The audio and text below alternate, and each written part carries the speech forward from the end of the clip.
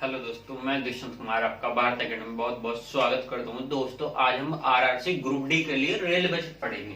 तो ये हमारा पहला टॉपिक है डे 1 का। तो हमारा रेल बजट 2022-23।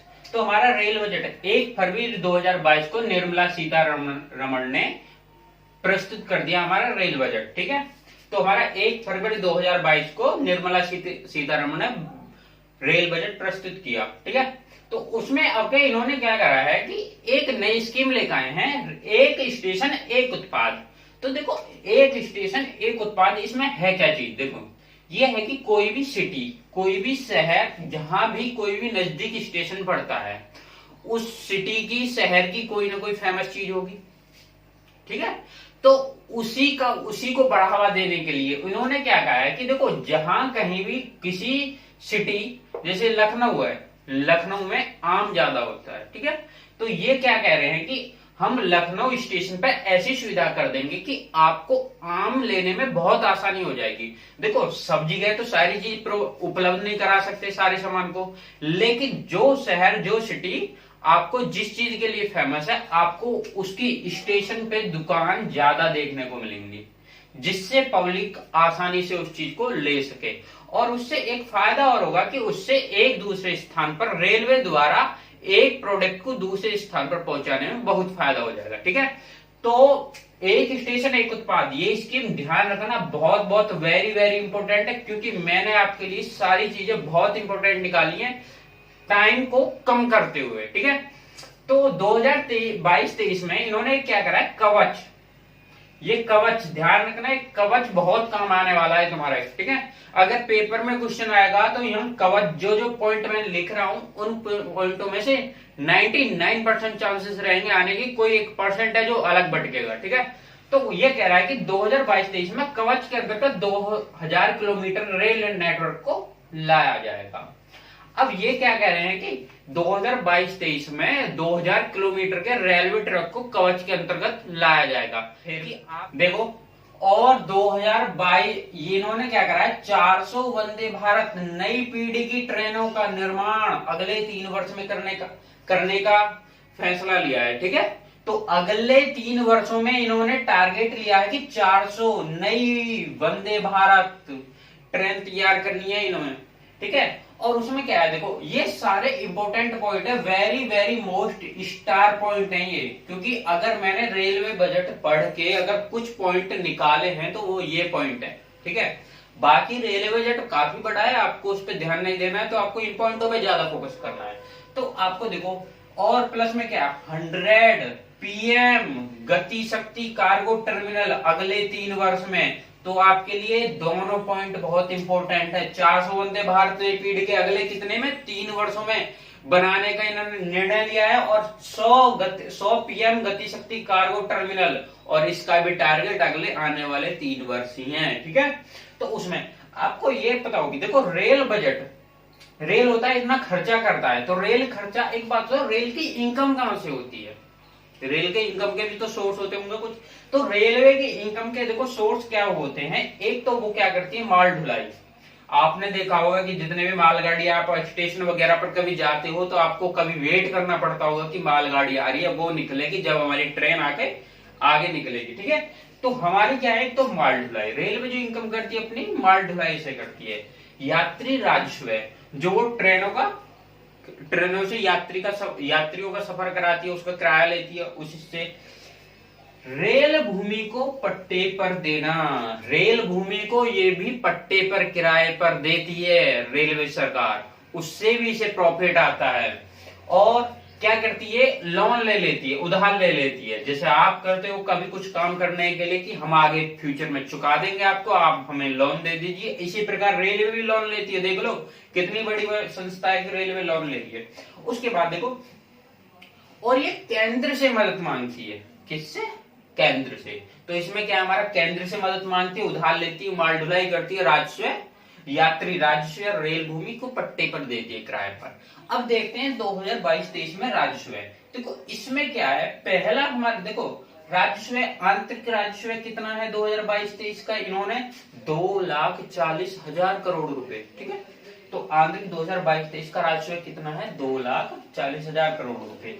और 2021-22 के मुकाबले इसमें कितने प्रतिशत की वृद्धि है? 19% की। तो आपको डायरेक्ट ही क्वेश्चन पूछ ले जाएगा 2021-22 के मुकाबले जो 2022-23 का बजट, उसमें कितने जो आंतरिक अनुमान लगाया गया है वृद्धि का, तो कितना अनुमान लगाया गया? तो 19%। ठीक है, तो आपको देखो ये वो टॉपिक है, ये वो पॉइंट है जो आपको कुछ पेपर में डायरेक्टली पूछे जा सकते हैं। ठीक है, तो हम आगे चलते हैं। 2022-23 में यातायात राजस्व कितना अनुमानित रहेगा? ठीक है, तो 2,39,600 करोड़ रुपए। कितना? 2,39,600 करोड़ रुपए। माल ढुलाई का कितना है? 1,65,000 करोड़ रुपए। ठीक है, उसके बाद देखो जो रेलवे है जो खर्चा करती है, देखो राजस्व है टोटल कितना रहा उसका? 2,34,640 करोड़, मतलब खर्चा। अगर वो 2,34,600 करोड़ रुपए खर्च कर रही है तो 2,40,000 करोड़ रुपए कमा रही है। तो आपको एक बात डिफरेंस देखने में लगा होगा, 2,34,640 करोड़ रुपए खर्च कर रही है और 2,40,000 करोड़ रुपए। तो रेलवे जो है ज्यादा नहीं इनकम कर पाती है अपने खर्चे के मुकाबले। देखो खर्चा उसका कितना हुआ? 2,34,640 करोड़ रुपए, और कमा कितनी रही है? 2,40,000 करोड़ रुपए। ठीक है, तो रेलवे इतना नहीं कमा पाती जितना वो खर्चा कर पाती है। ठीक है, तो देखो राजस्व में देखो पहले क्या हुआ था, अब 19% वृद्धि हुई थी, वृद्धि कमाई में हुई थी, तो देखो 17% वृद्धि इसके खर्चा में भी हो रही है। ठीक है, तो समझ में आया? देखो क्या है प्रचालन अनुपात, क्या होता है? देखो प्रचालन अनुपात क्या है जो रहा है, प्रचालन अनुपात प्रेजेंट में 96.98 रहा है, 98%। अगर रेलवे 100 रुपए कमा रही है तो उसमें 96.98 रुपए उसका खर्चा है, तो लगभग में कितना रुपए कमा रही बताओ? 3.02 के अप्रोक्सीमेट कमा रही है। ठीक है, तो कमा कितना रही है? इतने रुपए लगाने के बावजूद भी वो 3.02% में कमाई कर रही है। ठीक है, तो उसमें क्या देखो दिसंबर 2020 में जारी राष्ट्रीय योजना 2030, देखो दिसंबर 2020 में उन्होंने एक राष्ट्रीय योजना घोषित करी है जिसमें कि देखो 2030 तक उन्हें क्या करना है? हर साल 2 लाख करोड़ रुपए जुटाने हैं।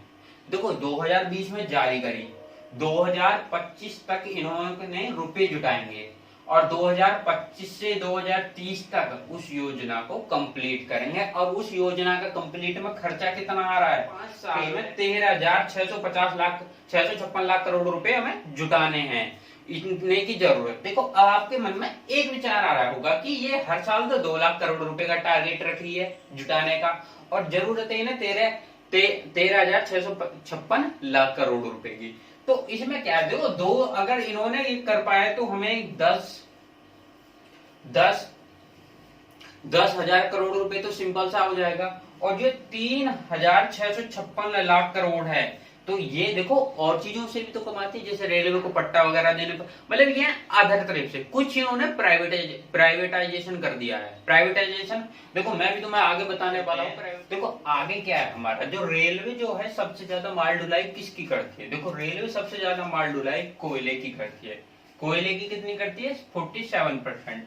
फिर उसके बाद सेकंड नंबर पे रेलवे माल ढुलाई किसकी करती है? लोहे ऐसे की करती है 9%।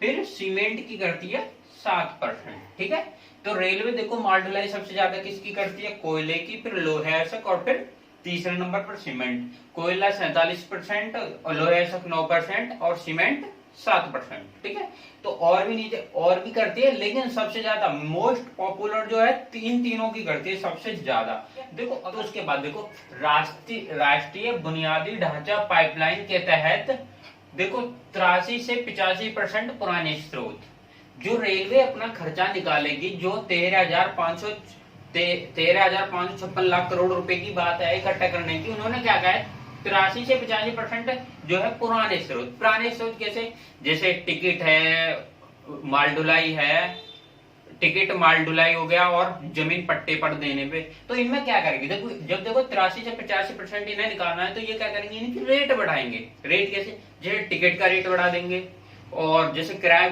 माल ढुलाई का रेट बढ़ा देंगे, और जैसे जमीन पट्टे पर देते तो उसका रेट बढ़ा देंगे कि हम पहले इतने में देते थे अभी इतने में देंगे, ठीक है, नया रेट निकालेंगे अपना। उसके बाद क्या है, 15 से 70% पुनर्चक्रण मुद्रीकरण। देखो कुछ ऐसे करेंगे 15 से 70%, जैसे किसी से मदद ले ली केंद्र सरकार से, कुछ लोन लेंगे और कुछ इधर उधर से करके तो कंप्लीट करने की बात करी है इन्होंने। देखो रेलवे स्टेशन, देखो आएगा कहां से पुनर्चक्रण मुद्रीकरण, देखो रेलवे स्टेशन इन्होंने क्या करा है, 400 रेलवे स्टेशन इन्होंने किराए पर दे दिए हैं।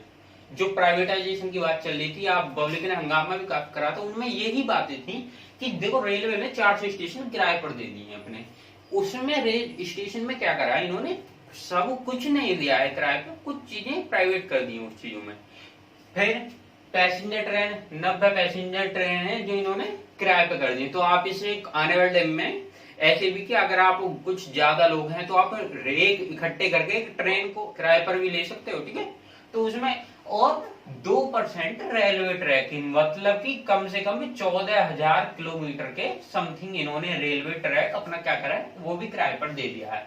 2022-23 का ईंधन पर खर्चा, 2022-23 में ईंधन पर खर्चा का जो अनुमानित बजट कितना है, 31,856 करोड़ रुपए। तो इन्होंने कितना बजट निकाला है ईंधन और बिजली के लिए, 31,856 करोड़ रुपए। डीआरएफ 2022 में 22-23 में डीआरएफ कितना है, 2,000 करोड़ रुपए। तो डीआरएफ हमारा कितना है, ईंधन के लिए खर्चा 31,854 करोड़ रुपए। और देखो वैसे तो ये चीजें आपके पेपर में नहीं आएंगी, लेकिन मैंने आपके लिए जर्नल बेसिक जानकारी के लिए बता दी है आपको, ठीक है। तो डीआरएफ हमारा 2022-23 में 2,000 करोड़। सरकार ने रेलवे को 70,000 करोड़ रुपए मदद की घोषणा करी है। क्या करा है कि सरकार ने जो रेलवे को मदद करने की 70,000 करोड़ रुपए की घोषणा की है। देखो अगर आपको क्या होता है, पेपर में पूछ लेता है सरकार ने भारतीय रेलवे को कितने रुपयों की मदद करने की बात की है, घोषणा की है, तो उसमें क्या आएगा, ये 17,000 करोड़ रुपए, ठीक है। तो यूनियन बजट कितना है हमारा, 14 करोड़। तो यूनियन बजट हमारा कितना है, 14 करोड़, जो आपकी इस साल 22-23 में हमारा यूनियन बजट 14 करोड़ प्रस्तावित किया है। तो दोस्तों ये 2022-23 का रेलवे बजट कंप्लीट हो गया है। देखो कंप्लीट तो मैं नहीं कहूंगा इसे, क्योंकि ये मैंने सिर्फ वो पॉइंट निकाले हैं जो एग्जाम के पॉइंट से बहुत इंपॉर्टेंट है। अब कितने इंपॉर्टेंट है वो एग्जाम बताएगा, रेलवे बजट होता है, लेकिन एग्जाम के पॉइंट ऑफ व्यू से मैंने इंपॉर्टेंट पॉइंट निकाले हैं जो आपको देखने हैं, और एग्जाम में आपको क्वेश्चन नहीं छोड़ पाओगे। अगर आपने ये पॉइंट पढ़ लिए तो अगर इनसे अलग भी जाता है तो आपको इन सब की तो पता ही है, अलग पॉइंट जाएगा तो आप उसको आराम से सही कर सकते हो, ठीक है। तो आज के लिए बस इतना ही।